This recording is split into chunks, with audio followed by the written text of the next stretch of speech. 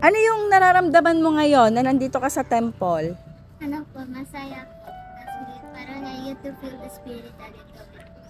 Because I don't really experience that much, pero I'm glad na I get to go to the temple sometimes. Even though it's not really that important, but it's important and it's I can feel the spirit. Nararamdaman mo nandito ka sa temple? I can feel happy now, feeling excited. Ano yung nararamdaman mo na nandito ka sa temple ngayon? Masaya. Paano mo maipapakita kay Jesus Christ na mahal mo siya? Lagi pong magsimba. Ano yung nararamdaman mo na nandito ka sa temple ngayon? Ano yung magagawa mo para maipakita mo kay Jesus Christ yung pagmamahal mo sa Kanya? Hindi po magsinungaling at magpapabayo. Ano yung nararamdaman mo na nandito ka sa temple ngayon? Masaya ka ba na nandito ka sa temple ngayon? Nararamdaman mo na nandito ka ngayon sa temple? Masaya po ako na nandito po.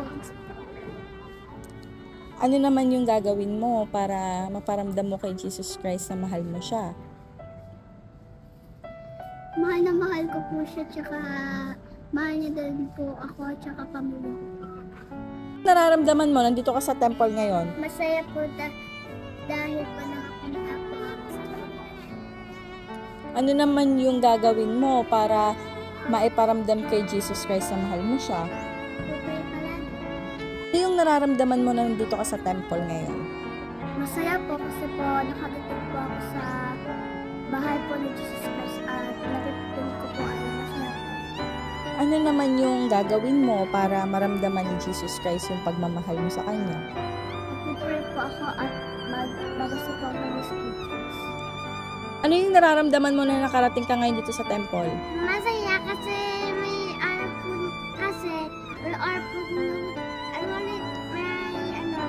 may chance ako na makilala ang bahay ni Jesus Christ. Pagkatapos nagkakantahan pa kami sa church. Iyon nakakasaya at nakikilala ko si Jesus Christ at naging masaya sa same time. At excited din ako para sa final. Ang ganda-ganda pa ng mga pulaklak dito. Ganda ng mga tao. At ito ay sa Manila pa. Kaya, okay na okay. Ano yung nararamdaman mo na nandito ka sa temple ngayon? I'm happy and grateful. Thankful. Ano yung gagawin mo para maipakita mo kay Jesus Christ na mahal mo siya?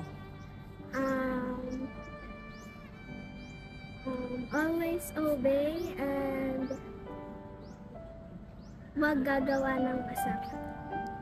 Ano yung nararamdaman mo na nandito ka sa temple ngayon? Masaya po. Ano naman yung gagawin mo para maipakita kay Jesus Christ na mahal mo siya? Magpa-participate po. Okay. Ano yung nararamdaman mo nakarating ka dito sa temple? Nandito si Jesus. Ano yung nararamdaman mo na nandito ka sa temple ngayon? Ano yung nararamdaman mo na nakarating ka dito sa temple? Paano mo maipapakita kay Jesus Christ yung pagmamahal mo sa Kanya?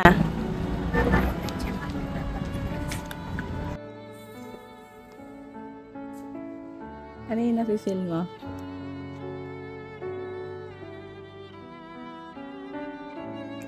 Ano yung nararamdaman mo ngayon na nakarating ka dito sa temple? Masaya po. Paano mo maipaparamdam kay Jesus Christ yung pagmamahal mo sa Kanya? Ano yung gagawin mo? Tutulungan ko po ang mga magulang ko at mag-aaral ko ang at ko Ano yung nararamdaman mo na nakarating ka ngayon dito sa temple? masaya po dahil nakapunta po ako dito at pinayagan ng mga magulang. At thankful po ako na nakapunta ko dito kasi ngayon na lang po ako ulit nakapunta. Yun po. Ano yung nararamdaman mo ngayon? Nakarating ka dito sa temple.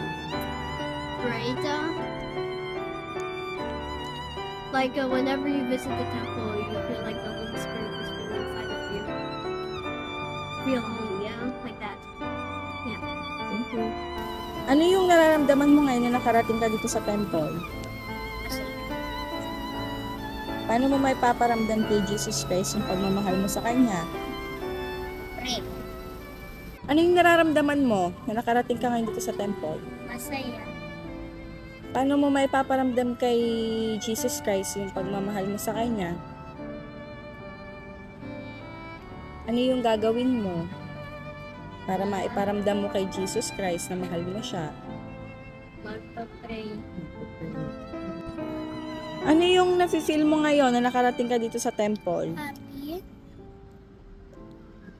Paano mo may papakita kay Jesus Christ ang pagmamahal mo sa Kanya? Maging mabait. Ano yung nararamdaman mo ngayon na nakarating ka dito sa temple? Masaya po. Kasi po, lagi po kami napunta po dito pag Friday. Kasi po, pag napunta po ako dito, ginagay po ako ng si Jesus Christ po. Pag wala po yung dati ko po, nandun po sa malaki po ng ganyan. Anong ko po, pinaputaktahan po ako ng si Heavenly Father at si Jesus Christ po. Ano yung nararamdaman mo ngayon na nakarating ka dito sa temple? Masaya po. Paano mo naman maipapakita kay Jesus Christ yung pagmamahal mo sa Kanya?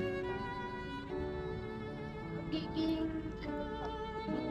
kahit po kay Jesus Christ at gagawin ko po. Pinapautos na po sa Sige, thank you.